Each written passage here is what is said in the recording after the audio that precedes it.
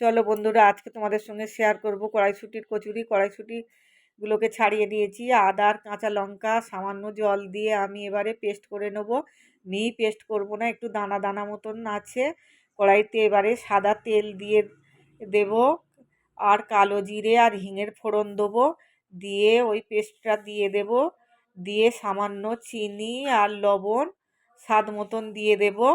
দিয়ে পেস্টটা যখন কড়াই থেকে ছেড়ে আসবে তখন পুরটা রেডি হয়ে গেছে। আমার পুর ঠান্ডা করে নিয়েছি, লুচি পরোটার মতন একটা ডো বানিয়ে নিয়েছি। বাটির মতন করে পুরগুলোকে ভরে হালকা হাতে আমি বেলে নিচ্ছি।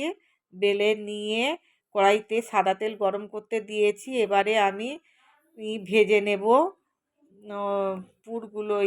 পুরিগুলোকে, কড়াইশুঁটির কচুরিগুলোকে।